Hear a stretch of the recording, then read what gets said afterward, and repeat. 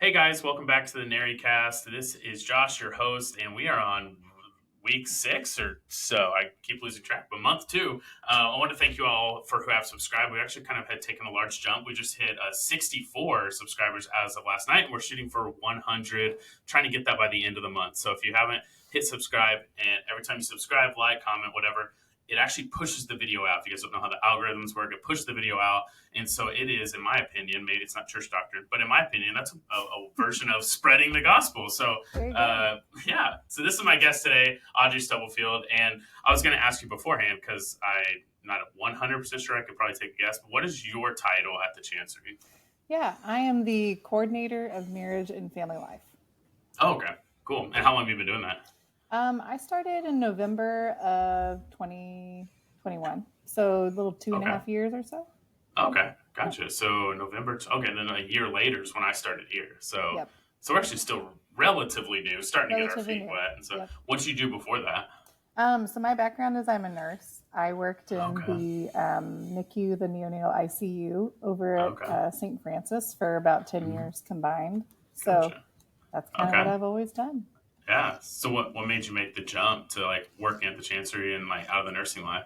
Well, my background is a lot of just life experience.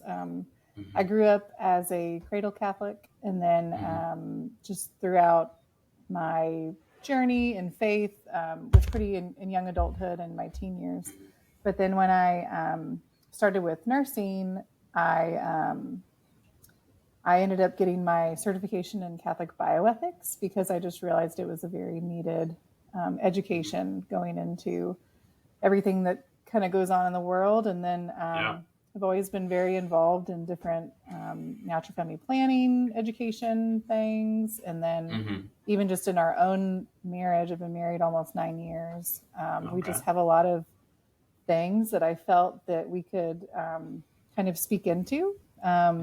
We have a child that has some special needs, and my husband is a convert. He was also previously married, so he's gone through the annulment process.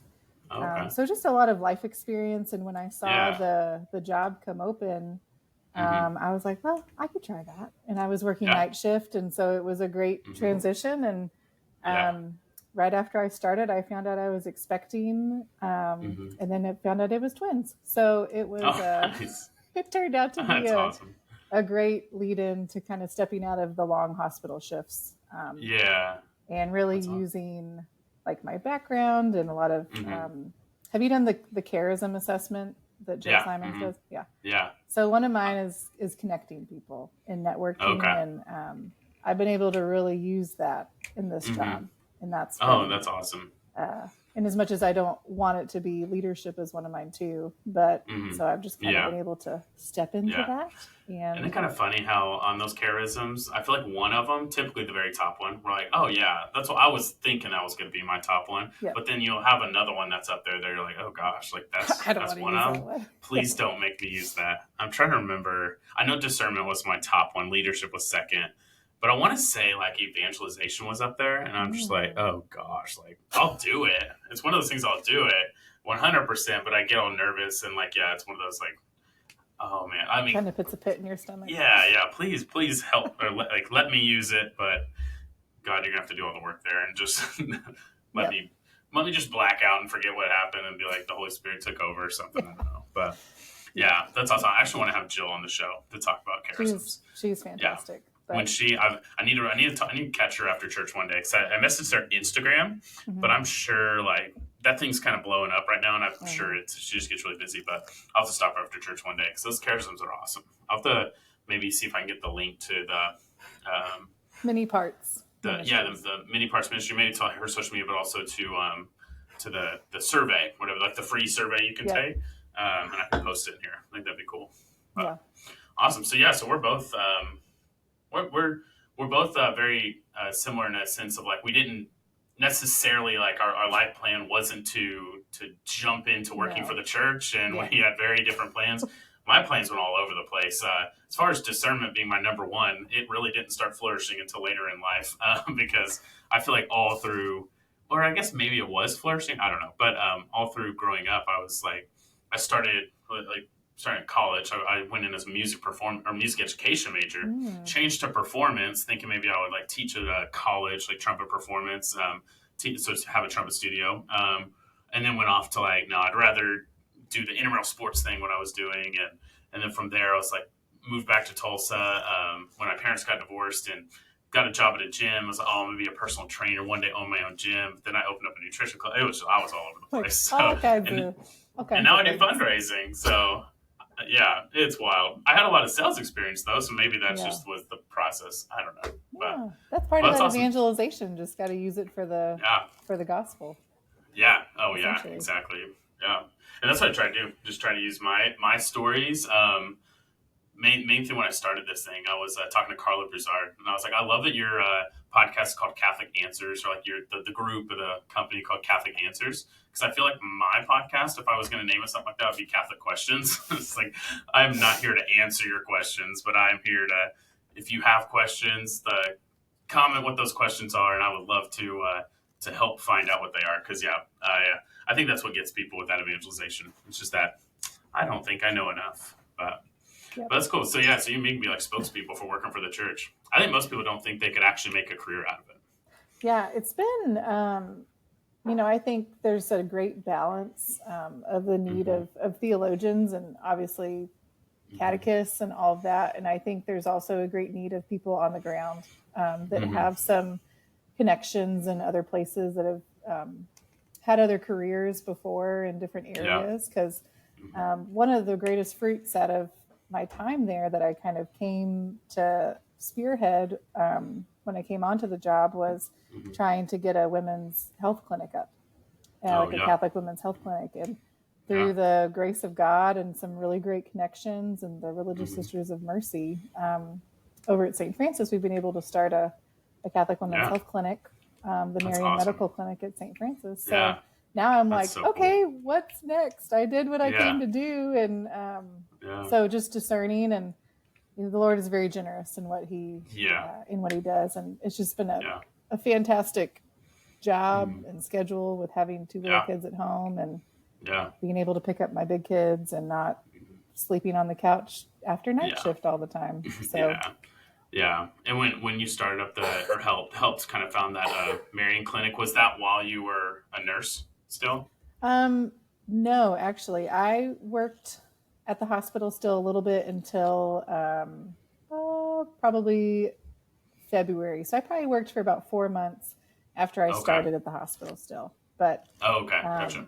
But just still knowing people in there and feeling very comfortable with that health system, being able to speak the language has been really good. So yeah, exactly. Because I was gonna say that's like a cool example of like I know a lot of people if they do just a normal everyday job, like wondering like, well, how can I live with like a Christ-centered work life still, even if I'm an accountant or even if I'm a teacher or whatever it is. And so that's kind of a cool example of like being from that nursing world and then like having that calling from God to like, hey, this is something we could do, and then him putting the right people in your path, the sisters you mentioned, Sister Mercy, and then putting those connections.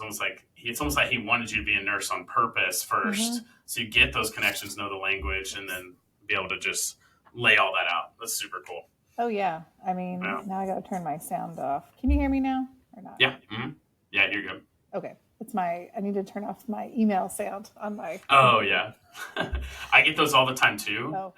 They never pop up in the recording, but like Lindsay will text me and it'll pop up and make a loud ding in my ear. I'm like, but I never hear it in the recording. I'll close out of it there. But yeah, I think when you ask me the question of how did I end up in that job, I think it's just that all those things in my life had really layered upon themselves when you don't really understand why these things are happening or things you didn't really expect. And then you're able to kind of see it all in retrospect and use it as a gift to kind of help other people and to understand where others are coming from. Yeah. Like even in my job, a lot of it is kind of sifting through grief ministry. How do we help people that have had, have lost children or had miscarriages or, those big questions in life that I think the church offers a great comfort. So in having gone through some of that myself and walked some of those roads, it's it's always helpful if if Yeah. someone else has gone through it to be able to kind Hmm. of speak into the experience. So, Yeah. Yeah. Absolutely. That's awesome. yeah. So one more time, your title now, the Chancery. Yeah. Coordinator of Marriage and Family Life. Nice. Okay. Awesome. Yeah, and I knew exactly the area, but I was like, what is it? I gotta remember. I know. Coordinator of married and family life. Marriage and Family Life. Yeah. Marriage and family. Okay, cool. Yeah, Yep. because I'll use it in the description. But awesome. Yeah. So the kind of the main topic that I want to talk about, we kind of discussed, was kind of the seriousness that Catholics put on, and it may not be just Catholics, but just from our experience, that Catholics put on the prep process of being married. I think is awesome. When I was also a convert, like your husband, I converted 2019 after I met Lindsay, who invited me to mass, and I told her that I would never become Catholic, which is usually just your starting. That's the first thing you say before you're on your journey. But yeah, but when we started getting married, and this is after I decided to become Catholic, they gave us the whole list, and I was like, oh my gosh, this is so much stuff. And by the end of it, I was like, this was like super cool and just such a cool growing experience. But I was kind of talk to you about that, and maybe we can start with kind of the why we put so much emphasis on the prep process of it. Yeah, absolutely. I think that's a great question because, Mm-hmm. at least from my personal experience out in the world, that there's not a whole lot of prep. Maybe you meet with the pastor a couple Mm-hmm. times, Yeah. and that's about it. So I've been very impressed. We are given a lot of creative license within different dioceses to kind Mm-hmm. of create the marriage prep process. But since marriage is a sacrament in the Catholic Church, so it's one of the 7 sacraments, Mm-hmm. it's a very big deal. That we hang on. Hey, you can't turn the TV on. Go read it. I told you to go read a book. Sorry. No, you're good. The 7-year-old is homesick, trying to entertain himself. Nice. But since it is such a big deal that we want to make sure Mm-hmm. that people are ready. And in the Catholic Mm-hmm. Church, it is forever. It's you're Yeah. promising to be faithful, Mm-hmm. excluding all others, total, free, fruitful, Mm-hmm. and forever. So I guess I said too many things, but we are Yeah. promising forever. So this is an Yeah. indissoluble marriage. And when you go through the annulment process, it's saying that it never had all those elements in the very beginning. Mm-hmm. So then you would Yeah. be free to marry because the church has not recognized that original marriage. Yeah. So with that, we want to make sure that people know what they're doing, what they're signing Mm-hmm. up for, what they're saying, and their vows, because they are very Mm-hmm. important. And Yeah. it's in a public. It's supposed to be a public witness. Mm-hmm. You also have 2 witnesses, but it's going to be in a Catholic church where Mm-hmm. really anybody can come. Yeah. One thing I'll say about that too is a few years ago, or probably, I don't know, maybe 8 or 10 years ago, I don't want to speak wrong, but the USCCB, which is the United States Council of Catholic Bishops, so the American Church, they had started putting out documents about, we need more help with marriage preparation so that people Mm-hmm. know kind of what they're getting into. And then recently, out of the Vatican, so the Universal Church, they have put out a document that's called the Catechumenal Pathways for Marriage. So essentially, we need to have a catechumenate for marriage because it is such a big deal. When we go, Yeah. when we're baptized or we go through confirmation or first communion, if you're in seminary for usually 7 years before you're ordained a priest, you Mm-hmm. go through first reconciliation prep, but that we really need to have this really solid marriage prep so that we can form these couples, because as you and I know, but maybe people don't know, but marriage and family is the bedrock of all society. Yeah. When that starts to fall apart, other things start to fall apart because the nuclear Mm-hmm. family is so important. Yeah. So what this catechumenal pathways is kind of showing is that marriage prep starts like with baptism prep. So it's like remote catechesis, and but through the family, we're preparing people. We're teaching our children about what marriage is, Mm-hmm. that they can just have all this framework that's already in them, so that when they get to marriage prep, they're not surprised by a lot of this stuff. That they're well formed, Yeah. they're well catechized, and they're prepared Yeah. for what this is.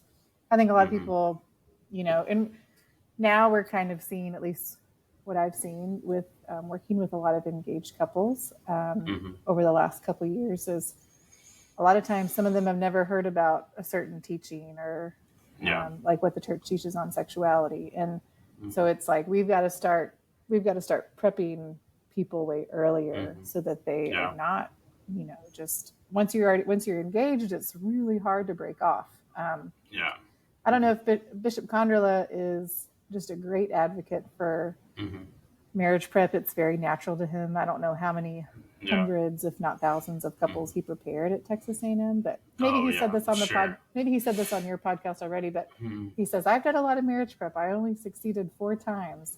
And that's when they called off the wedding. Because he's like, we try to flesh out all those things that could break you up. But I think, making sure that they're totally ready before they even get engaged would be, because we're catching them kind of at the end. So with the time we have with them, we want to make sure that we really knock out a lot of education and catechesis. So we do have up on our diocesan website, finally got all the marriage prep requirements for couples and then also for the clergy. So kind of each side, what the expectation is. And it has all the steps. So if you want me to go through those, I can. But essentially, if you're getting married, you should meet with the pastor at the church you're hoping to get married at. 6 to 12 months at least before, at least 6 months before the wedding date you're hoping for. And then they'll do it's called a P&I, or prenuptial investigation, to make sure you're both free to marry. If someone has a prior, like a civil marriage or divorce, that everything's in line, that they're free to get married. And then they can go through one of 2 programs. We have an online program, which is very well established. Takes about 6 weeks to get through. It's called CatholicMarriagePrep.com. It's a lot of great catechesis. There's actually a mentor couple that on the other side of it is leading you through it. And then Catholic Engaged Encounter, which is our in-person, which Josh and Lindsay just came last weekend, 2 weekends ago, because they're going to be one of our couples 2 weeks ago. To help lead it. Was the first one you said, the CatholicMarriagePrep.com, was that one, like, is that specifically Diocese of Tulsa, or is it like a nationwide thing? It's nationwide. It's actually international. Okay, cool. Yep. And they have it in different languages. They have it in Spanish too. Nice. That's awesome. Yeah, it's really, I feel like it has just it's a lot of reading, but it's a lot of good formation. So they make sure that no stone is left unturned. And then Catholic Engaged Encounter is a great opportunity to meet other couples, but there's no group work. It's all conversation, prompted conversation between the 2 fiancés. And then there's opportunity for Mass and confession and adoration. And then that reminds me of, with the Catholic Engaged Encounter, takes me back to what you said about Bishop saying 4 times he succeeded because they broke it off. That reminds me of our Catholic Engaged Encounter, and Father Aaron and the Diocese of Wichita. We're up there at the Spiritual Life Center, and he literally was like, how he opened the whole thing. It was after Mass, and he said, actually, no, it would have been the welcome thing, so it may have been before Mass, but it was one of the very first things. He was like, welcome, guys. This is Engaged Encounter. I don't know if you guys have ever been here before. We're going to show you around, but I just want to first of all say, you guys are going to love this week, and we're going to have a lot of fun, but we're going to tackle all the issues that could cause some problems, and if I can, I'm going to break you up. And I was just like, oh my gosh. And he's like, but he talked about the seriousness of marriage and just how we're going to touch all those issues, because bring them up now before you make this vow and perform this sacrament, because once you do, it's like you're committing each other for life.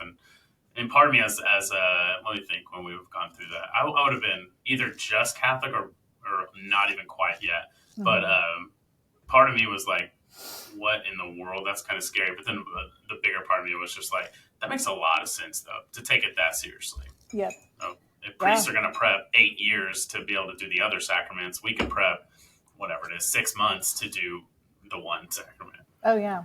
Even I was just thinking, that reminded me, when we were getting married at Christ the King, Bishop Muggenberg, who was the pastor there, then he was preparing us, and he had us go, he actually had us go through some marriage counseling before we got engaged.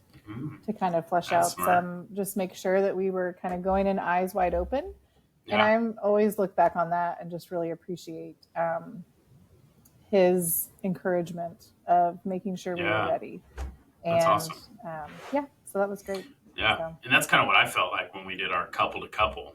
Because we mm, had Philip and Marie and Manhoot, and they were just awesome, super great. And that's probably why I believe we started that because you kind of do that throughout the whole process, right? yeah, the mentor Yeah. couple, they were our Because me mentor like, couple too. oh, nice. Yeah, they're awesome.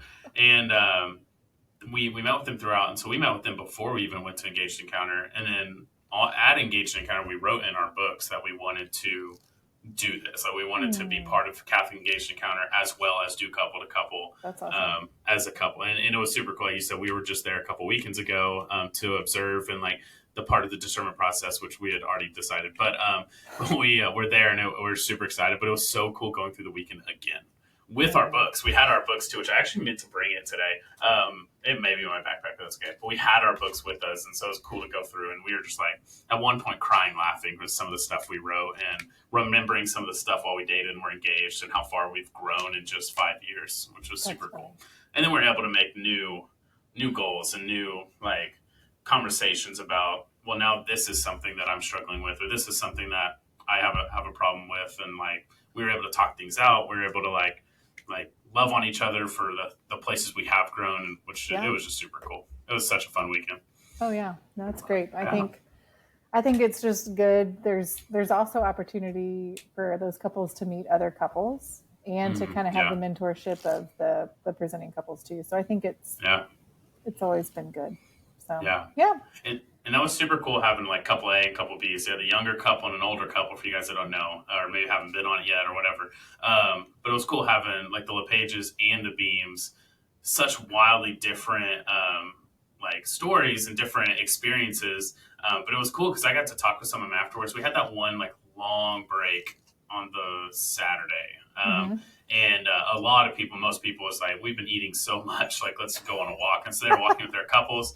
Lindsay actually had to go let like our dogs out and stuff, and so she had to leave. So I was actually there by myself. So I was like, "Well, I'm going to go on a walk," and I ran into a couple of the couples, and it was super cool of them hearing their experience of because they're long. I mean, like short talks followed by discussion with your It's spouse, a long day, long and yeah, weekend. and not a ton of like interacting between like in the talks and stuff because it's like we want to make sure it's scripted to like a point where it's like to the point, it's concise, so that they can spend more time with their future Mm-hmm. spouse. So part of me was like, I hope no one's getting bored. I hope no one's getting like so antsy and stuff. But I didn't hear a single person say that. Everyone was like, "This is so great to have this time disconnected from my phone." Because I was encouraged at the very beginning. Deacon B was like, "We encourage you guys to put your phones away, keep them in the cabins, whatever. Spend this time 101." And everyone talked about how amazing that was. Like that was their favorite part was the breakouts of being with their spouse and talking, and especially, I mean, every single one of them were like, I love that. Like we put our phones in our bags and we haven't even had them all weekend. I'm like, that's Mm, awesome. That's that's super great. cool. That's Yeah, great. yeah, Yeah, I think it's just a good opportunity. Try to give them that extra time before the yeah, craziness of wedding season. yeah, So yeah, absolutely. yeah. Yeah, that is awesome. And it was something cool. Is kind of learning about like the sacraments when I was first becoming Catholic, and they're talking about like how marriage is the one that the priest doesn't perform the sacrament, the people do, like the couple does, and I thought that Mm-hmm. was super cool to think about it like that. So if I'm thinking about taking a wedding as serious as a priest takes mass or a priest takes confession, like Mm-hmm. that's something like put into perspective for me of like, no, this is a serious thing. Like this is a serious thing. And we wrote in our engaged encounter books a lot. Our thing used to be like on our betrothal letter. Mm-hmm. Our thing not used to be, it still is, but we would say like I choose you. Yeah. It's all about like we choose each other. Like we're gonna choose each other every day. So we're in these big fights, like we still choose each other. Like we're choosing each other for life and kind of taking that real seriously. Uh, No, yeah, that's great. yeah. Yeah. So what's the next thing after? Do you guys so marriage and family life? So what are some other things you guys do to like continue to walk with some of these people, or like continue to offer things like after? So they've done the engaged and marriage prep stuff, which we've gone Mm-hmm. through. And I'm going to put the link to the one you said, to the diocesan website. I'll put the link in the description so that way people can go and look at all that stuff. Even if you're not from the Diocese of Tulsa, you can probably go to your own diocesan website and it'll be there too, I bet. But then, what are some other things you guys do after? Yeah. Well, one of the things we encourage in here, what's cool about having a bishop that's very well connected and a small chancery is he actually wanted to go through and edit what we had in the website so that it's his words. And I just thought that was really endearing that he cares so much about what we're saying. So I just give kudos to him. He's wonderful. So we would encourage them, like after their wedding, or before, to get involved in the parish, get parish information about events that are coming up or small groups, and then to have the priest over to bless their home. I think having priests over, we're very fortunate because we have a couple of really close priest friends, and so our being able to be around them in different stages of life. And we also, one thing I would encourage is, even though you're married now, like still hang out with your single friends, and hang out with married friends that are older with kids. That was one of the best things when we were dating and discerning, was being around friends that had kids, and you could kind of see how each other are with family, and it gives you a good insight into kind of the future parents of your children that they're going to be. So that's one thing I would suggest is just still have an array of friends. Don't just plot yourself in one stage and all your friends have to be in that same stage. That's great for fellowship, but I think when we had our first kiddo, all the rest of our friends were single or didn't have kids yet, so we could host them because we put our kids down for bed and then we could still hang out. So I just always think it's important to have people that are a couple steps ahead of you as well. We have a few friends that have teenage kids or grown kids, and that's always really helpful. I don't think I quite understood the "it takes a village" the famous saying, until we really started getting into our faith and realized okay, we're starting to have kids, so there's two things we wanted to do. One of them was just more of a recent decision, but the first thing was obviously to make friends with people in our parish that have kids around that same age, whether it's a couple years younger, a couple years older. And we've been so lucky that my wife knew Emily Schrader beforehand, back when she was Emily Ritchie in college.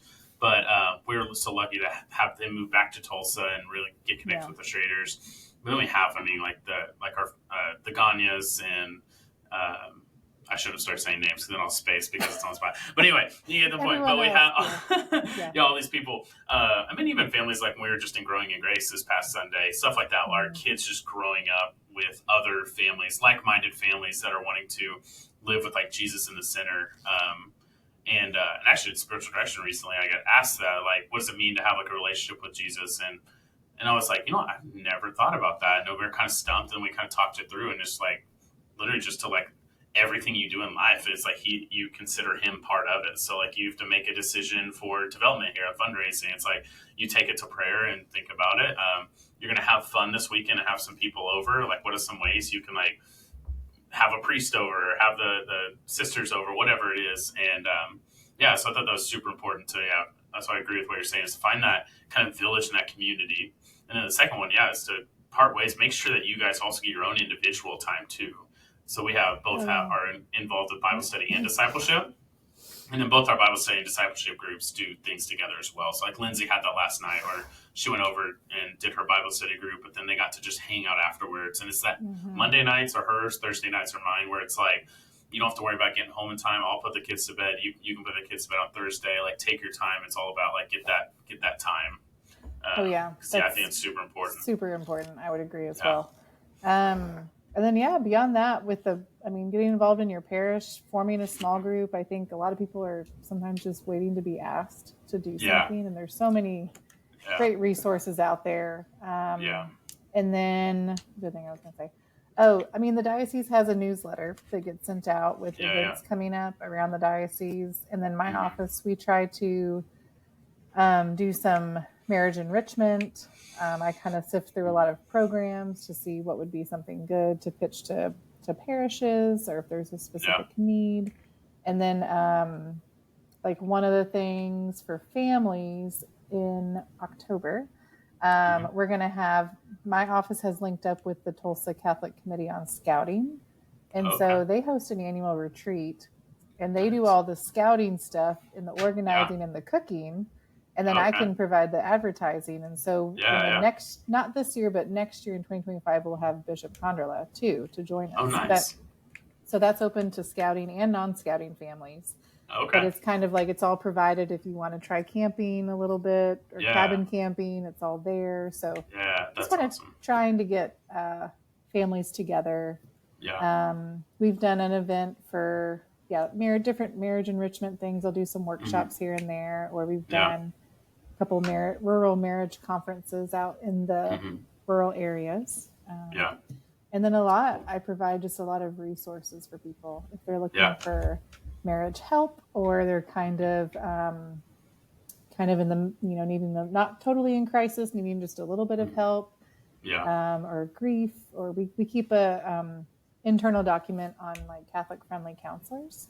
So my email is always open, and happy to share that. But and awesome. Then just support for anyone out there. Absolutely. Yeah, and if you're in the Diocese of Tulsa, I feel like you're saying, there's so many opportunities to like plug in and volunteer and get something going. Even if it's something like, you may think you're young, especially if you're right out of college or just young married couple, but something like the Acts retreat was something huge for me. Like I went on that thing, and I went from like a guy that would show up to Mass and see like maybe a couple of my friends, maybe some of the young adults, to like, now I go to Mass, I know everybody. I like know every single person. I've done like 4 or 5 retreats now. So like 4 on team, and then one as a retreating. And something simple like that, where you'll go and spend a weekend, just like your engaged encounter weekend. You go and spend a weekend with just the guys and just the girls, or just the women, I should say. And get that time, again, unplug from your phone, and get that time together with people in your parish and like-minded people. I feel like such a great way to kind of strengthen your marriage by focusing on your own spiritual journey, especially as men. Like if you want to be the priest of the family and lead the family, like you need to put that time in and focus on growing spiritually, so then you can lead them as well. That's awesome. Yeah, that's super cool, because I feel like that was us. We got married, and we moved to Oklahoma City, so we didn't know anybody there, or hardly anybody. But we still tried to, like, as we went to Mass, like look through the bulletin and see like what was going on and what kind of stuff. That's where I went to my first Catholic event was Sudson Stokey, so St. Monica's in Edmonds. So it ended up being so fun. I just went out there, and there's so many just good guys that are just looking to have good conversation, and it was a really cool way to kind of start to get plugged in. And then COVID hit shortly after, and so that kind of ruined everything. But it was a good way to kind of at least start the process and get plugged in. But I think too, like even just trying to think back, like when we moved to Christ the King, like 12 years ago, we were looking for a community. And so we teamed up with the priest that was there, that was a friend, Father Pratt. And he was like, well, if you bring the food, I'll open the rectory, and we'll have just invite random people, like young adults. And that's how we started. That's how we made most of our close friends. Just hospitality, providing a place to come, and making a big pot of chili or tacos, or and we do that in our home. That's one of our kind of charisms together, is hospitality. And it can be part of your tithing, like what you're spending on food, to host fellowship. And so that's something we love doing. It's been really helpful to do after we got married, and not just isolate ourselves. Yeah, that's awesome. And that's always such a great event to have, because then it gives even like your circle something to invite people to. Like it's like, hey, if you know of somebody, like Catholic, non-Catholic, someone that needs community, like this is a great place to invite them to. We have that with the Schraders do the same thing. They do Taco Tuesday. That's actually tonight, which is awesome. It's usually something where he's like, you can literally invite anybody, just give me a heads up so I have a head count for food. And I'm like, this is awesome. Such a cool event to have. And so I recently ran into a single mother she wasn't single, but basically like a single mother that I wasn't helping much. And I was just driving for Uber, and she was one of the guests, and And after I dropped her off, I was like, "Hey, Alice, I overheard the conversation. Obviously, I just want to offer this. If you ever want to need a night to just come and just be able to just have someone take over and like help watch the kids, you can just take a break and relax. We do Taco Tuesdays. It's literally right down the street, and she was so like grateful for that, and because everybody needs kind of that place, that community, that kind of back to like it takes a village to do all this, and so so it's good, it's awesome. Yeah, using those charisms again to just help grow the kingdom of God. So that's what I try to do with this thing, this podcast, to just get out there and talk with people that are doing it well from my angle. I know no one comes on. It's like I'm doing this so well, like I want to be on the show. But in my opinion, like doing it well, and so that way we can kind of just help spread just more joy on the internet, because it's a dark place sometimes. And that's what St. Philip Neri, I don't know if you know, is patron saint of joy. It's also the second apostle of Rome, but patron saint of joy I think is such a cool title. And so that's our goal, is just kind of spread that joy, and hopefully if one person's listening gets something out of this, then we did our job, which is awesome. Absolutely. Yeah.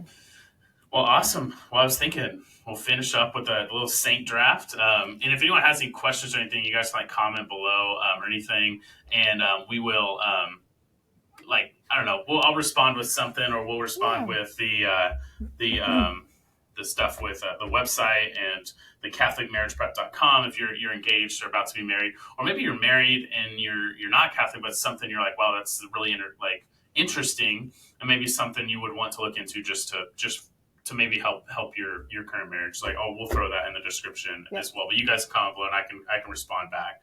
But awesome. Well, we're gonna finish off a little like we always do with the Saint draft. Eventually, I want to do like some music and some intro, but like I said, I'm a one-man show. I'm gonna need Daniel for that one. But it'll go back and forth. The guest always goes first. This has literally become like such just a random thing that we've like made the rules up as we've gone. So I went back and watched the very first one with Lindsay, and and actually me and Lindsay are like talked about it a little bit. But the main rules is we'll do starting five, and then the sixth man will be a blessed. Someone's not quite to that saint level yet, but we know is going to be. And then we had to take out, which we're like I said, it's a work in progress. It's anybody in heaven, but Jesus doesn't count. And then we also took off Mary as well, because we're man. That's a tough one. That's a tough one. But then we thought about it. It's like, well, maybe we could do like, it's got to be a specific like apparition or something. Like Our Lady of Guadalupe or Our Lady of Sorrows, or maybe I don't know. That one's for a different time. For now, we'll just say Mary and Jesus are the coaches, and we'll put together our saint draft. So, all right. So you'll kick it off, and we're going to do top five. And remember, this is kind of like whose line is it anyway, where we draft the teams and the points don't matter because both teams are going to be awesome. But you guys comment below anyway which team you guys think would save the world if they were all alive today. So who is your first pick? Well, okay, you took Mother Mary off the list. Unless I can pick Our Lady of Fatima. Hey, we'll go with it. We'll both pick. We can both do a Mary apparition for our first pick. That sounds good. We'll make up the rules as we go. Yeah. But Our Lady of Fatima, I mean, man, it's been just over 100 years since she appeared, and I think she is a little intimidating when you read the apparitions. And I'm like, she'd be my ringer. Yeah. She's coming in hot, not messing around. And her feast day is coming up, right? Mm-hmm. I think on the 13th. So, yeah. Okay. Yeah. She'd be my number one. I'm gonna since we're doing Mary apparitions as our number one pick, I'm actually gonna take one that I felt very, very connected with about 6 months ago. Well, I'm still, but like 6 months ago when I heard about her. But have you read that book, Priests and Beggars? No, I haven't. So it's about I think it's venerable Father Aloysius Schwartz. He basically he's relatively recently. He died in I think the 90s maybe. But he basically restarted the church in South Korea after the Korean War. Did girls' towns and boys' towns. The last one he did was actually in Mexico. But anyway, he had this dedication to Mary, and specifically Our Lady of Bonneau. And I hope I'm saying that right. I believe it's Belgium, but it's like Banneauux. But she is the Virgin of the Poor, and just super she originally appeared to. Oh, I'm spacing the name. This is why it should be Catholic questions instead of Catholic answers. Yeah. It wasn't Gecko, was it? I don't remember. Anyway, appeared to a young girl, and she followed her out to the snow. And anyway, long story short, Virgin of the Poor, and this little girl was very poor, and she comforted her through that. But Priests and Beggars, I feel like I have it somewhere, but Priests and Beggars is a really good one about Father Al, and it was a book I couldn't put down. But Our Lady Bonneau is where I found out about her, and she's a great one to pray with for financial problems, but also just overall not being attached to things of this world. So tithing. So if someone's struggling with tithing, maybe ask Our Lady of Bonneau for comfort. Anyway, that was a very long explanation for number one picks. number two. That's great. I would say, Padre Pio for today's age, because he also was a no fluff guy.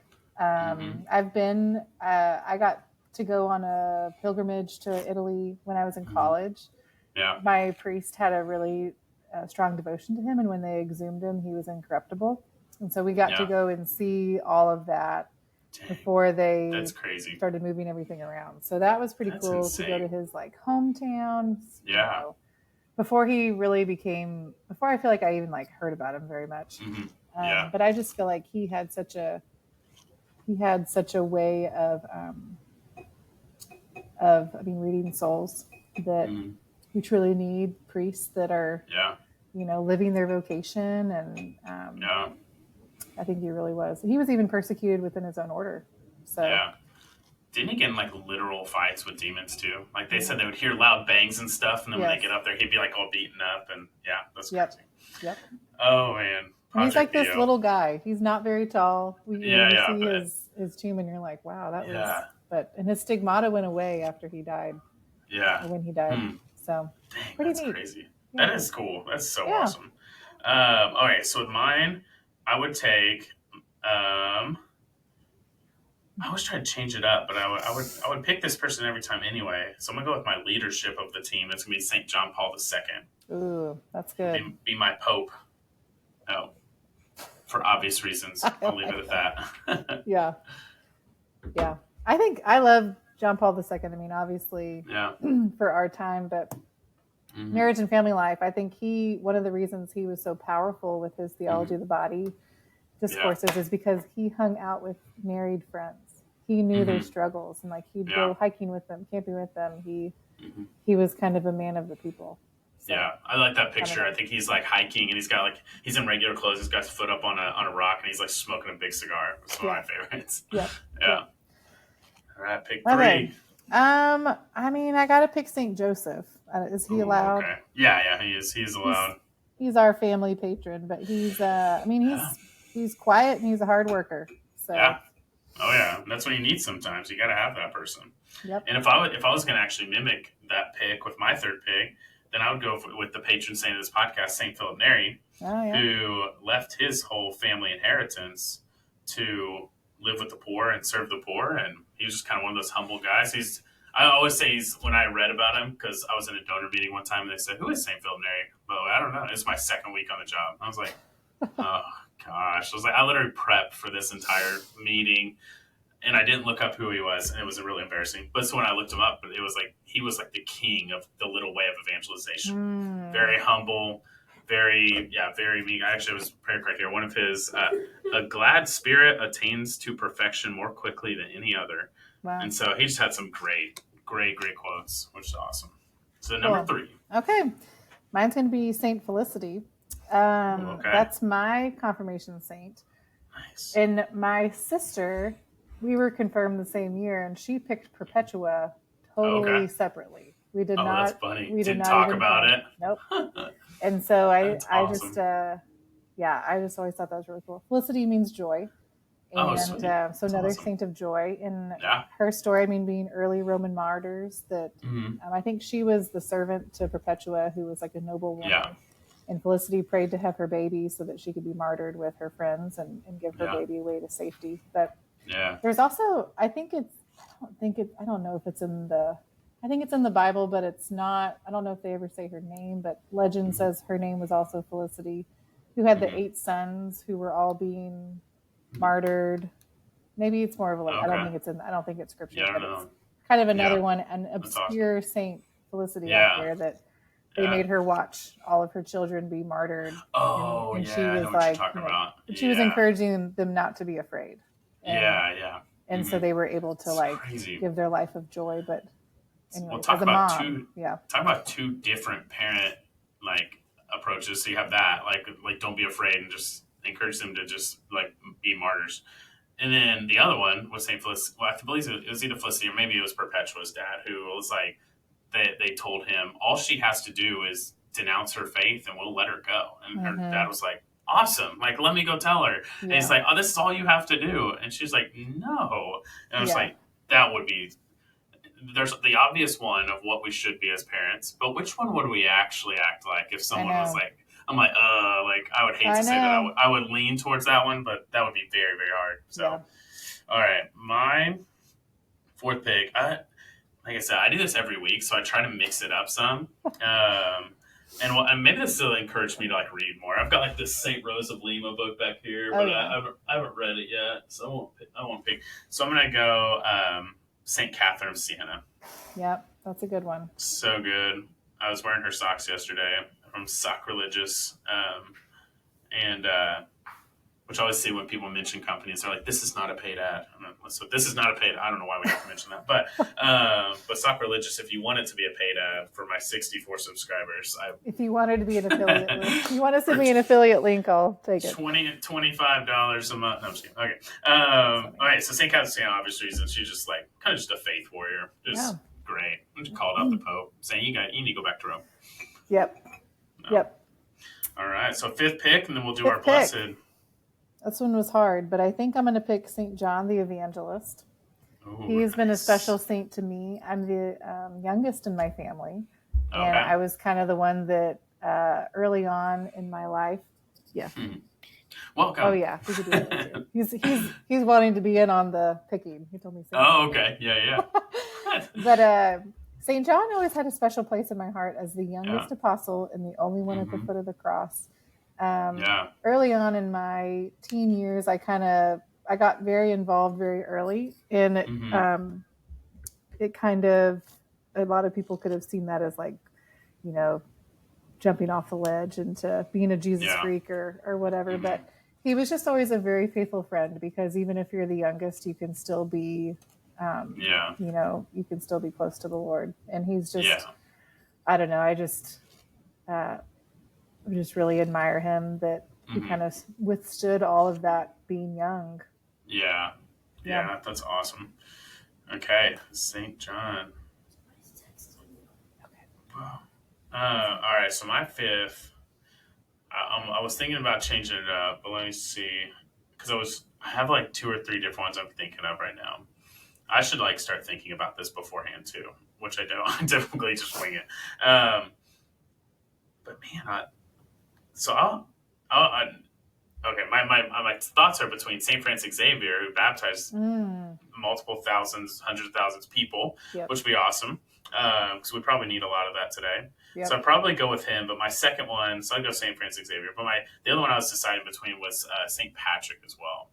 Just remembering a lot of his stuff when we came across our Catholic engagement kind of books. I also came across my Acts binder from like the first time I was on team, and I was looking through all like the notes from like when people did like St. Patrick moments and talked a little bit about him, and so he had a great thing. What's funny is the one thing I always remember is everyone's like, he was actually very well known for wearing a certain color, and everyone's like, yeah, green. It's like, no, it's actually blue, but they did green because the Ireland connections. I was like, that's very strange. I did not know that. So apparently he always wore blue, but they changed it to green for the pictures for the Ireland connections. That's cool. Maybe because of Mary, who was wearing blue. Yeah, maybe. Devotion. Yeah. Man, now I can't decide on my fifth one. Well, you already did your fifth. Oh, I already did my fifth? Okay. Yeah, because you picked first. So now we're on to the blessed. Okay. So we're in the very last. The very last pick is the blessed, which there's like a few that are always the picks, which I won't say who they are, and I'm sure you'll pick the one that's always picked. It was Bishop Condola's first pick. Was it Rother? Yeah. Yeah. Okay. I'll pick a different one then. That one's tough. That one's tough. Yeah, that'll be the new thing. It's like if you're from Oklahoma, you can't pick You Stanley can't Rother pick Stanley because Rother. he's the obvious pick. Yeah, even though he was on my list here. I mean, he's Venerable Archbishop Fulton Sheen. Oh, yeah. I think he would have been awesome to have a podcast. Yeah. And he would have, I mean, I know Ben saying, no Stanley Rother. You can pick him. We can pick him too. Yeah. But, I mean, he really, kind of like Mother Angelica, they leaned into the technology that was there and they used it for good. Yeah. And I think, I mean, I have people that aren't Catholic that are, you know, in the older generation. They're like, oh yeah, I remember seeing Fulton Sheen on TV, or he's just a good evangelist. Yeah, that's awesome. Yeah. Well, cool. Well, this one's more of a personal story, but she's not a blessed, but she just got approved, and so she's a servant of God, and she is a previous Focus missionary. Oh, so yeah. Michelle Dupont. And so when we were at Seek, and I'll try to make this a short story, but when we were at Seek, they told us all about her, showed her the video. They have a whole documentary about her. I don't know where you can watch that, but I'm sure you could search Seek's website somewhere, Focus's website and find it. But yeah, so they were just talking about her and how just loving and lighthearted she was, and how even though she got, I don't remember what disease it was specifically, I think it was like leukemia or something, she was just so still on fire for Jesus and evangelizing through her sickness. I thought that was just so cool. But anyway, but to the personal side of it is I got back from Seek and we were trying to night wean Benedict, and I'm just like, he keeps waking up and we just have to get him night weaned. And so I'm staying up with him. And I was thinking beforehand, this is going to be a horrible night. Like, he's going to wake up every hour. This is going to suck, whatever. But let me just go to bed now, because I'll go to bed and I'll at least get a little bit of sleep. And I was just so frustrated. I went to bed, and literally, like, I have this place, and Father L can walk us through this whole story of, like, how to find your place for, like, this Ignatius type meditative prayer. And so it's this, like, grassy knolls, this grassy hills, and I was sitting there, and usually it's just a place where just Jesus would come and, like, he would sit next to you and say, what's going on? It's just a great place to pray. And so I was there in the dream, and I remember thinking, like, okay, this is going to suck. Like, he's going to wake up, all the stuff. And all of a sudden I just hear behind me, someone say, just remember the face of him waving to you goodbye when you leave for work. And I was just like, immediately felt this comfort, immediately felt this, like, this kind of like smack in the face type, like, oh, like, golly, like, what are you, like, stop thinking like that. But when I turned around, it was Michelle Dupont. Oh, wow. And it was the coolest thing, and I woke up immediately and was like, whoa, that was super cool. Like, and so I remember telling Branson, I was like, hey, I got to tell you a story. Either Michelle Dupont appeared to me in a dream, or I just had a very, very clear dream. Either way, it was super helpful and super cool.